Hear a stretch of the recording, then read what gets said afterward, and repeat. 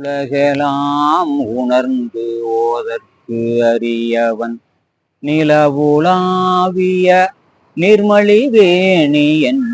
உலகெலாம் உணர்ந்து ஓதற்கு அறியவன் நிலவுலாவிய நிர்மலி வேணியன். அழகில் சோதியன் அம்பலத்தாடுவான் மலர் சிலம்படி வாழ்த்தி வணங்குவாம். இந்த இனிய மாலையில் நம்முடைய தம்பி சோமுனுடைய முயற்சியினால் உண்டாக்கப்பட்ட நூல் காஞ்சியில் பேசுவதிலே, இந்த அமர்விலே பேசுவதிலே நான் மெத்த மகிழ்ச்சி அடைகின்றேன். நம்முடைய தமிழ் இலக்கிய தளம் மிகப்பெரிய பரப்பினை உடையது. நம்முடைய இலக்கியத்திலே சங்க புலவர்கள் இருந்து சங்க இலக்கியங்களை உருவாக்கி இருக்கிறார்கள். நம்முடைய சங்கங்களிலே இறைவனே இருந்து அவர்களுக்கு பாடம் சொல்லி கொடுத்திருக்கிறார். அகத்திய முனிவர் இருந்து பொதியமலையில் இருந்த அகத்திய மாமுனிவர் தமிழ் வளர்த்திருக்கிறார். அப்புறம் இடைச்சங்கம் கடைச்சங்கம் என்ற காலத்திலே அரசர்களும் புலவர்களும் இருந்து வளர்த்த மொழி. இப்படிப்பட்ட சிறந்த மொழியில் நாம் இன்றைக்கு பார்க்கக்கூடிய செய்தி சிற்றிலக்கிய வகையை சேர்ந்தது. 96 வகை சிற்றிலக்கியங்கள் நம்ம கிட்ட தமிழ் இருக்குது. நம்ம தமிழ் மொழியில் காப்பியங்கள் இருக்கின்றன, சிற்றிலங்கியல் இருக்கின்றன, காவியங்கள் இருக்கின்றன. இந்த தமிழ் மொழியை நாம் சொல்லுவதிலே நமக்கு மிகுந்த பெருமை உண்டு. சிற்றிலக்கிய வகைகளில் இன்றைக்கு நாம் சொல்ல இருக்கின்ற தலைப்பு திருக்குற்றால குறவஞ்சி. இந்த திருக்குற்றால குறவஞ்சிங்கிற போது குற்றாலம் என்பது தென்காசி மாவட்டத்தில் இருக்கக்கூடிய ஒரு நல்ல சுற்றுலா தலம். அங்கே குற்றாலநாதர் இருந்து அருள் புரிகிறார். நம்முடைய திருக்கோயில்களில் பஞ்சபூத தலங்கள் இருப்பதை போல 5 அம்பலங்கள் இருக்கின்றன. அந்த அம்பலங்களில் திருக்குற்றாலத்தில் இருக்கக்கூடிய சபை திருச்சிற்றம்பலம் என்று சொல்லக்கூடிய சிற்சபை நம்முடைய குற்றாலத்தில் இருக்கிறது. குற்றாலநாதர் திருவிழாவின் போது உலா வருகிறார், திருவீதி உலா வருகிறார். அவரை பேதை பெதும்பை மங்கை மடந்தை அறிவை தெரிவை பேரிளம்பெண் என்று சொல்லக்கூடிய 7 வகை பெண்களும் பார்த்து வணங்குகிறார்கள். அதுல வசந்தவல்லி என்று சொல்லக்கூடிய ஒரு பெண் குற்றாலநாதர் மீது அன்பு கொண்டு காதல் கொண்டு அவரை வழிபடுகிறார். அந்த செய்தியை நம்முடைய திருக்குற்றாலம் சொல்கிறது. இந்த திருக்குற்றால குறவஞ்சி எழுதியவர் திரிகூட ராசப்ப கவிராயர். ஏற்கனவே சொன்னதை போல இந்த நம்முடைய திருக்குற்றாலம் தென்காசி மாவட்டத்துல மேலகரம் என்று சொல்லக்கூடிய ஊருக்கு அண்மையில் இருக்கிறது. இந்த நூலாசிரியர் வேளாளர் மரபை சார்ந்தவர். இதுல இவருடைய திருக்குற்றால குறவஞ்சி மட்டும் இல்லாம இவர் திருக்குற்றாலநாதர் உலா, திருக்குற்றாலநாதர் தல புராணம் முதலிய நூல்களையும் அவர் இயற்றியிருக்கிறார். குறம் கூட்டல் வஞ்சி என பிரித்து, வஞ்சி என்றால் பெண், குறவர் குல பெண் என்பதற்கு தான் குற்றால குறவஞ்சி. அது இறைவனோடு சம்பந்தப்பட்டதுனால திரு என்று சொல்லக்கூடிய அடைமொழியை சேர்த்து திருக்குற்றால குறவஞ்சி என்று நாம் வைத்திருக்கிறோம். இந்த குற்றால குறவஞ்சி நம்முடைய தமிழ்ல இருக்கக்கூடிய முத்தமிழ் இயல் இசை நாடகம் என்று சொல்லக்கூடிய முத்தமிழ் கூறுகளில் நாடக வகையை சார்ந்தது நம்முடைய குறவஞ்சி. இதற்கு இன்னொரு பெயர் குறத்தி பாட்டு என்றும் சொல்கிறார்கள்.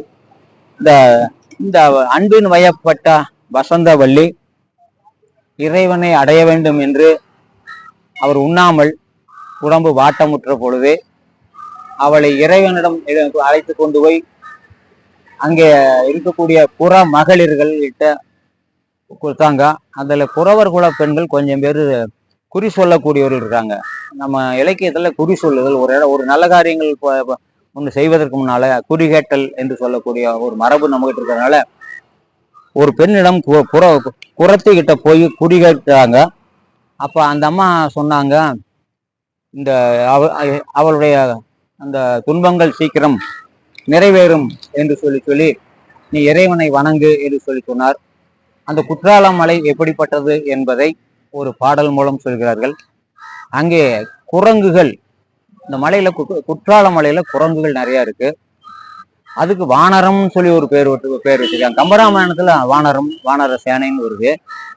இல்ல ஆண் குரங்குக்கு கடுவன் என்றும் பெண் குரங்குக்கு மந்தி என்றும் சொல்வார்கள். இந்த ரெண்டையும் சேர்த்து வானரங்கள் என்று சொல்றாங்க. குற்றால மலையில பலாப்பழம் நிறைய பழுத்து கிடக்கு. ஒரு முறை சொல்லும்போது குறும்பளவின் ஈசர்ன்னு சொல்லுவாங்க. குறும்பலா பழுத்து இருக்கிறதுனால ஒரு வகை பலா அங்க அந்த மரத்தடியில இறைவன் குடிகொண்டிருக்கனால குறும்பளவின் ஈசர் அப்படின்னு சொல்லி குற்றாலநாதருக்கு ஒரு பெயரும் உண்டு. வானரங்கள் கனி கொடுத்து மந்தியோடு கொஞ்சம், ஆண் குரங்குகள் அங்க இருக்கக்கூடிய பழங்களை பறித்து பெண் குரங்குகளுக்கு கொடுக்கும். அந்த பெண் குரங்குகள் உண்பதை பார்த்து மேலே வானுலகத்தில் இருக்கக்கூடிய குரங்குகள் நமக்கு இந்த வாய்ப்பு கிடைக்கவில்லையே என்று ஏங்கும். வானரங்கள் கனி கொடுத்து மந்தியோடு கொஞ்சம், மந்தி சிந்து கனிகளுக்கு வான்கவிகள் கெஞ்சும். வானத்தில் இருக்கக்கூடிய குரங்குகள் என்ன செஞ்சதோ அங்கேயும் போய் குரங்கா இருக்கிறதுனால அது அந்த பழம் கிடைக்கலையேன்னு கெஞ்சுது. இந்த காட்டில் இருக்கக்கூடியவர்கள் காணவர்கள் நம்ம மக்களோடு மகிழ்ந்து மனையறம் காத்து மிக்க வேட்கை தீர்ந்துளி தலைவனும் தலைவியும் தம்பதி நோக்கி தொலைவில் சுற்றமுடு துறவரம் காப்பர் என்பது நம்முடைய இலக்கண மரபு. நாம் செய்ய வேண்டிய குடும்ப அறங்களை எல்லாம் செஞ்சது பிறகு கடைசியில் வயதான காலத்துல உற்றாரோடு சேர்ந்து எல்லாம் ஒன்னாக சேர்ந்து போய் ஒரு காட்டுல அமர்ந்து வேள்வி செய்து இறைவனை வணங்கி வாழ்நாளை நிறைவு செய்வது ஒரு வழக்கம் என்பதை சொல்லியிருக்கிறார்கள். அப்படி அங்க இருக்கக்கூடியவங்க குடும்பத்தை விட்டு பிரிஞ்சவர்கள் இயல்பாகவே சன்னியாசம் வந்தவர்கள்லாம் காட்டுக்கு போயிட்டாங்க. காட்டுல உட்கார்ந்து அவர்கள் வேள்வி செய்து காணவர்கள் விழி எறிந்து விழியால் வானத்தில் இருக்கக்கூடிய தேவர்களை அழைப்பார்கள். தேவர்கள் கீழே வந்து அந்த வேள்வியினுடைய பயனை நுகர்வார்கள். அதனால காணவர்கள் விழி எறிந்து வானவரை அழைப்பார். அது மட்டும் இல்லாம அங்க இருக்கக்கூடிய சித்தர்கள், ஒரு திருவண்ணாமலை எடுத்துட்டாலும் சரி, எங்கெங்க மலைவாச ஸ்தலங்கள் இருக்குதோ அங்கெல்லாம் சித்தர்கள், பழனி மலை இருக்குது, எல்லா மலைகளிலும் நம்ம சித்தர்கள் 17 சித்தர்கள் இப்ப இருக்கக்கூடிய சித்தர்கள்லாம் மலையில் இருப்பாங்க. அங்கே அவர்கள் இருப்பதனால இறைவனை சீக்கிரம் பார்ப்பதற்கு காண்பதற்கும் அவர்கள் சொல்வதை பழிப்பதற்கும் இருக்கிறதுனால காணவர்கள் விழியறிந்து வானவரை அழைக்கும் போது கவன சித்தர் வந்து காய சித்தி விளைப்பர். மலையில் இருக்கக்கூடிய நல்ல மூலிகைலாம் எடுத்து தெரிந்தெடுத்து அதை மருந்து செய்து நோய்வாய்ப்பட்டவர்களுக்கு சித்தர்கள் மருந்து கொடுத்து ஒரு வைத்தியத்தை செய்தார்கள். அதுதான் சித்த மருத்துவம், அது தமிழ் மருத்துவம். நம் மருத்துவத்துறையில ஆங்கில மருத்துவம் அலோபதி, சித்தம் நம்மளோட தமிழ் மருத்துவம் 17 சித்தர்களால் உருவாக்கப்பட்டது. அதெல்லாம் சித்த மருத்துவம். அது மட்டும் இல்லாம ஆயுர்வேத மருத்துவம், யுனானி மருத்துவம்னு நிறைய மருத்துவ முறைகள் நம்ம முன்னால இருந்தவங்க அதை கண்டு உணர்ந்து நோய் நீக்கக்கூடிய வாய்ப்புகள் எல்லாம் பெற்றார்கள் என்பதற்கு தான் கவன சித்தர் வந்து காய சித்தி, இந்த மூலிகை எடுத்து மருந்து செய்து வைக்கிறதுக்கு, அது புடம் போடுவதற்கு காய சித்தி விளைப்பர் அங்க செஞ்சுட்டு இருப்பாங்க. மேல போயிட்டு இருக்கக்கூடிய சூரியன் வந்து மேல போயிட்டு இருப்பார். குதிரைகள் பூட்டிய ரதத்துல போவார். அங்க தேன் அருவி இருக்குது. நம்ம குற்றாலத்துல 5 அருவிகள் இருக்குது. அதுல ஒன்று தேனருவி. இந்த மலை மேல இருக்கக்கூடிய கொம்பு தேன்கள் எல்லாம் உடைந்து அந்த தண்ணீரில் கலந்து வரும்போது, அந்த பசையோட வரும்போது மேல அந்த மலை மேல வரக்கூடிய இறைவனுடைய சூரிய பகவானுடைய தேர் சக்கரங்களும் வழுக்கும், குதிரையினுடைய குழம்புகளும் வழுக்கும் என்பதை தேனருவி திரையொழுகி தேனருவி திரை எழும்பி வானின் வழி ஒழுகும் செங்கதிரோன் பரிக்காலும் குதிரை பரிக்காலும் தேர் சக்கரங்கள் ரெண்டுமே வழுக்கும். அங்க யார் இருக்கிறார்? 3ஆம் பிறை சந்திரனை தலையில் சூடி இருக்கக்கூடிய சிவபெருமான் இருக்கிறார்.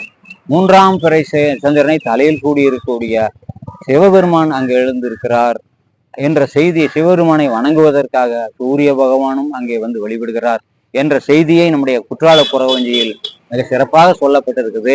வானரங்கள் கனி கொடுத்து மந்தியோடு கொஞ்சும், மந்தி சிந்து கனிகளுக்கு வான்கவிகள் கெஞ்சும்.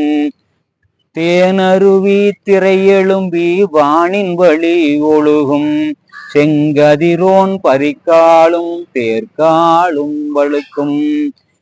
தேனரு வானரங்கள் கனி கொடுத்து, அதான் சொன்னாங்களா?